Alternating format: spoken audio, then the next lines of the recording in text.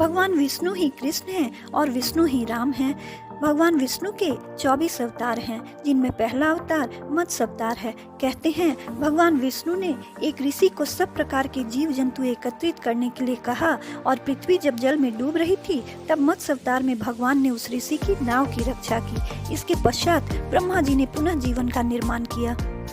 कहा जाता है कि जब एक राक्षस ने वेदों को चुराकर सागर की अथाह गहराई में छुपा दिया, तब भगवान विष्णु ने मत्स्य रूप धारण करके वेदों को प्राप्त किया और उन्हें पुनः स्थापित किया। एक बार ब्रह्मा जी की असावधानी के कारण एक बहुत बड़े दैत्य ने वेदों को चुरा लिया।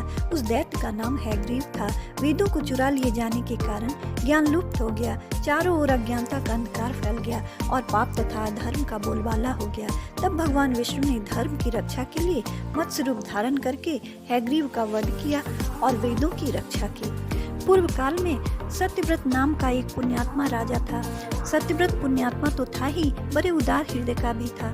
सुबह का समय था, सूर्योदय हो चुका था। सत्यव्रत चित्रमाला नदी में स्नान कर रहा था। उसने स्नान करने के पश्चात जब तर्पण के लिए अंजलि में जल लिया तो अंजलि में जल के साथ एक छोटी सी मछली भी आ गई। सत्यव्रत ने मछली को नदी के जल में छोड़ दिया।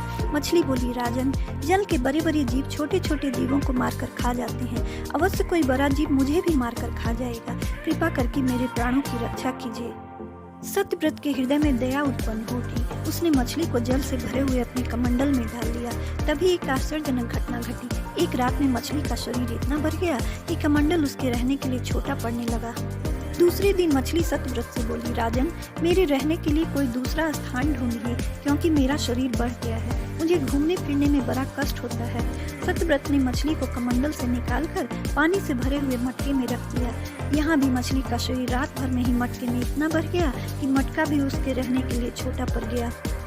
दूसरे दिन मछली पुनः सत्यव्रत से बोली, राजन, मेरे रहने के लिए कहीं और प्रबंध कीजिए, क्योंकि मटका भी मेरे रहने के लिए छोटा पड़ रहा है। तब सत्यव्रत ने मछली को निकालकर एक सरोवर में डाल दिया, किंतु सरोवर भी मछली के लिए छोटा पड़ गया। इसके बाद सत्यव्रत ने मछली को नदी और फिर उसके बाद समुद्र में डाल दिया। आश्चर्य! समुद्र में भी मछली का शरीर इतना अधिक बढ़ गया कि मछली के रहने के लिए वह छोटा पड़ गया। अतः मछली पुनः सत्यव्रत से बोली, राजन, यह समुद्र भी मेरे रहने के लिए उपयुक्त नहीं है। मेरे रहने की व्यवस्था कहीं और कीजिए। अब सत्यव्रत विस्मित हो उठा। उसने आज तक ऐसी मछली कभी नहीं देखी थी। वह विस्मय भरे स्वर में बोला, मेरी बुद्धि को विस्मय के सागर में डुबो देने वाले आप कौन हैं?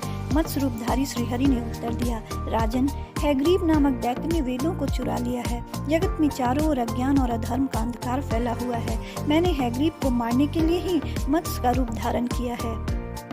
आज से 7वें दिन पृथ्वी प्रलय के चक्र में घिर जाएगी। समुद्र उमड़ उठेगा, भयानक वृष्टि होगी, सारी पृथ्वी पानी में डूब जाएगी। जल के अतिरिक्त कहीं कुछ भी दृष्टिगोचर नहीं होगा। आपके पास एक नाव पहुंचेगी। आप सभी अनाजों और औषधियों के बीजों को लेकर सप्त ऋषियों के साथ नाव पर बैठ जाइएगा। मैं उसी समय आपको पुनः दिखाई पड़ूंगा और आपको आत्म तत्व का ज्ञान प्रदान करूंगा। सत्यव्रत उसी दिन से श्रीहरि का स्मरण करते हुए प्रलय की प्रतीक्षा करने लगे। 7वें दिन प्रलय का दृश्य उपस्थित हो उठा। समुद्र भी उमड़कर अपनी सीमाओं से बाहर बहने लगा। भयानक वृष्टि होने लगी। थोड़ी ही देर में सारी पृथ्वी पर जल ही जल हो गया। संपूर्ण पृथ्वी जल में समा गई।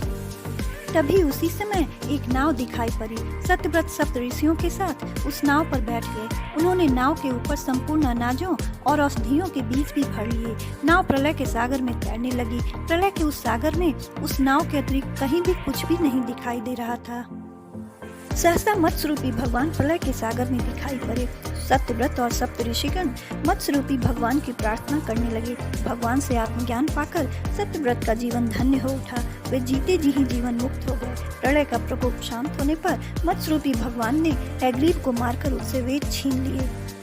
भगवान ने ब्रह्मा जी को पुनः वेद दे दिए। इस प्रकार भगवान ने मत्स्य रूप धारण करके वेदों का उद्धार तो किया ही, साथ ही संसार के प्राणियों का भी अमिट कल्याण किया।